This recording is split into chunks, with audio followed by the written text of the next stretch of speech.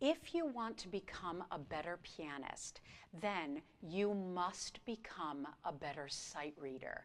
So sight reading is not something that you can do or you can't do. Sight reading is a skill that is learned and practiced. And so what I always say to my students is that I would rather have them sight read something every single day than practice their repertoire every single day without sight reading. Sight reading is, I like to call, the secret sauce. And it's the secret sauce because it requires you to get all of your synapses firing at the same time in real time. You can't think too hard, you just have to do. And so when you are sight reading, what's happening is that you're looking at the music, you're immediately analyzing in real time what the pitches are, what the rhythms are, what's coming up. And then that is also translating into telling your fingers what they need to do. So the thing about sight reading is that there really are only 2 steps to being a great sight reader.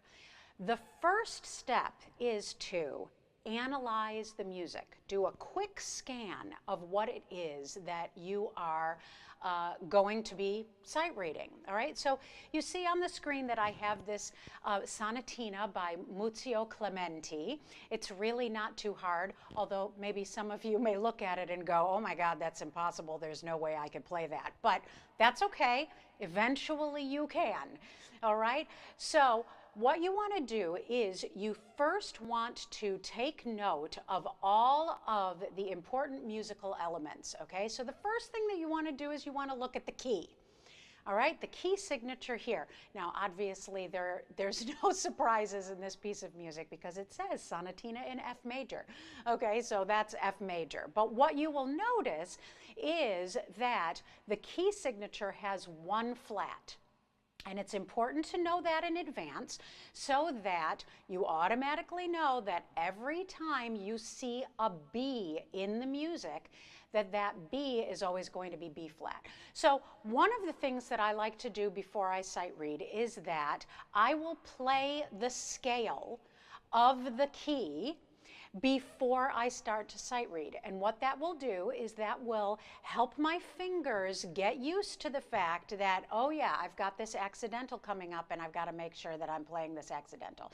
So I would start by playing the F major scale. So just going up and coming down. I know that my 4th finger or whatever finger may be playing it in the music is always going to be playing a B flat. My 2nd finger or whatever is going to be playing in the music is always going to be playing a B flat in the bass clef as well. All right, so that's the first thing, figure out the key. The next thing is that you want to look at the time signature. All right, so we see that this piece is in 3/4 time. All right, so that's 3 beats per measure, and the quarter note gets 1 beat. Now, the thing about the time signature, it's important to know what the time signature is so that you know where the stressed beats are going to be. But when you're sight reading, what I would encourage you to do is only sight read at a tempo as fast as you can play the shortest notes. Okay, so you notice in this piece that there are some 16th notes. That's the shortest notes that you have. If you can only play 16th notes at this tempo, then that is going to determine how fast you're going to play the rest of the piece. So if this is your 16th note, which is 3, E, and that means that you're going to be starting at 1 E and 2 E and 3 E and 1 E and 2 E and 3 E and okay? So always choose a tempo that is going to accommodate the fastest that you can play the shortest notes in the piece, okay?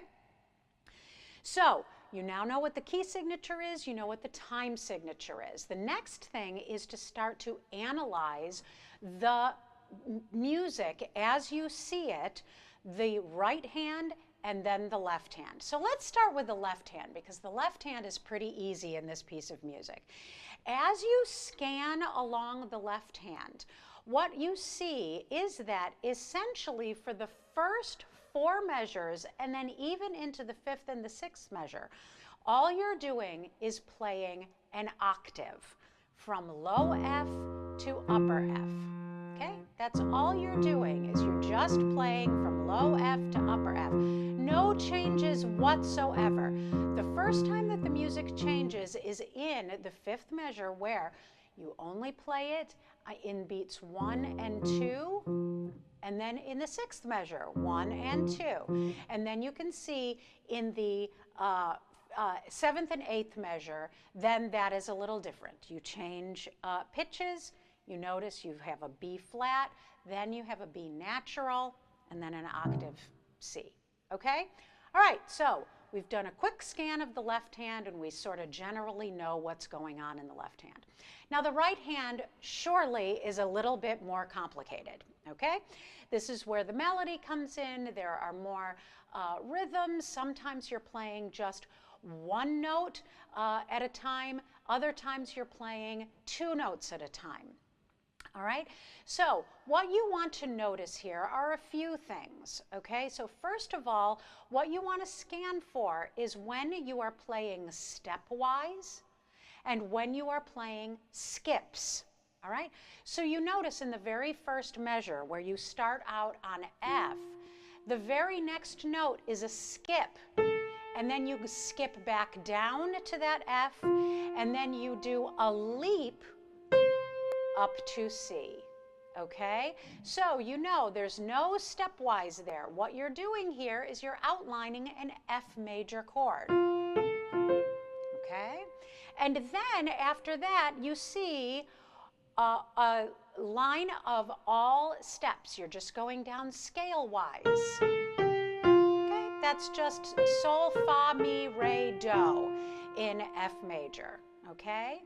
And then you now have skips here, and then you have to play thirds in succession in steps, okay? So you're just taking notice of where you have skips and where you have steps, because the thing is that your eye is not going to be able to analyze in real time. Okay, this is B flat, this is A, this is G, this is F, okay? The more that you do it, you will automatically be able to recognize those pitches and not have to worry so much about analyzing each individual pitch. But when we are playing in real time, you're not going to actually be able to analyze each individual pitch at the time, at the beat that you are going to be playing. So what you are doing when you are noticing, oh, here are skips, here are steps, then you are automatically just telling your fingers, okay, there's a skip, you're going to skip a finger and go to the next finger. If it's stepwise, you're just going to play as if you're playing a scale pattern. Okay? Then obviously when you have leaps, you may have to anticipate those leaps and notice what pitch it is that you are coming upon. All right? But again, you just want to analyze what those patterns are and see if you can just get through them without stopping and trying to figure them out and actually physically telling your fingers where to go. Your fingers want to go automatically because your brain is just automatically dialing in what it is that you're seeing. Okay? Then the last thing that I would do, you want to notice, are there any accidentals? You can see in the 4th measure there is a G sharp. You can see in the 7th measure there is an F sharp and an F natural. Okay, so just know that those are coming. Those are outside of the key signature, so you're just going to have to really plan for them and make sure that you're playing them at the time that they need to be played. And then what I also want you to notice in this particular piece is when it is that your hand is being taken out of five-finger position, okay? So again, what five-finger position is when your hand is on the keyboard and each finger is playing up a key that is right next to the other key. So five-finger position in F major is the pentascale in F major, which is just basically your first finger is on F, your second finger is on G, your third finger is on A, your fourth finger is on B flat, and your fifth finger is on C. Okay, that's five-finger position. Okay, now you can see that in the first two measures, you can very easily play in five-finger position because you're not playing any notes outside of that five-finger position. But notice in the third measure, you're going to have to do a little dancing with your fingers, okay? This is where fingerings come into play. And you're going to be getting out of five-finger position, stretching lower than that five-finger position, then stretching higher than that five-finger position. So just notice when those are coming. In this particular piece of music, they've actually given you some fingerings that you can use should you want to. They're there to help you. You might find that these fingerings are not absolutely as comfortable as you would like, but you can choose to do them or not, but the fingerings are there to help you make smooth transitions from note to note, okay?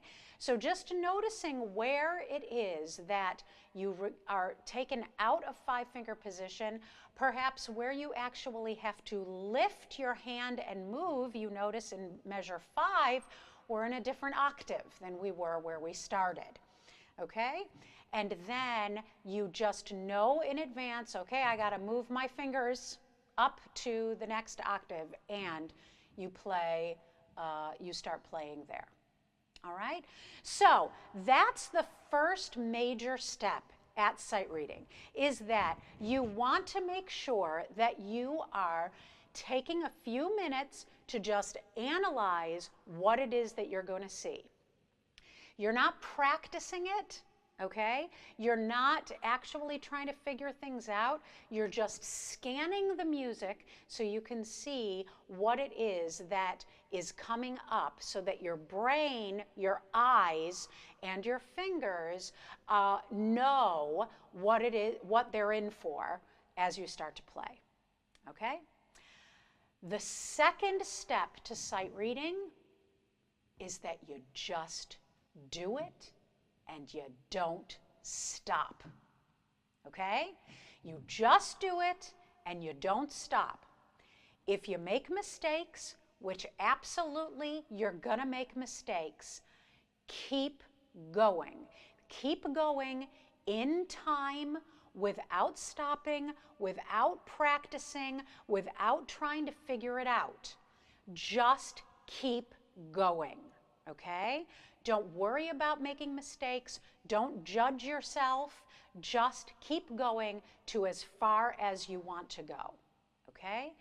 The reason for this is that what we're trying to train your eyes, your brain, and your fingers to do is to analyze and do as fast as possible, without trying to slice it apart and break it apart and manually tell your brain and your fingers what to do. If you just keep going, you're going to make some mistakes, but after you're finished, you're going to go back and you're going to see, okay, there's where I made a mistake. Why did I make that mistake? Oh, I didn't recognize that actually the left hand changed there, okay?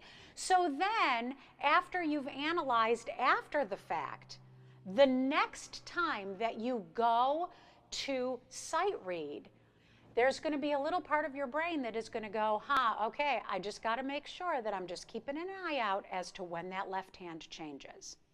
All right? So it's really, really important that you start and you just go to the end, and you don't practice it, you don't stop, you don't try to correct, you just keep going. All right? So here's this little sonatina in F major.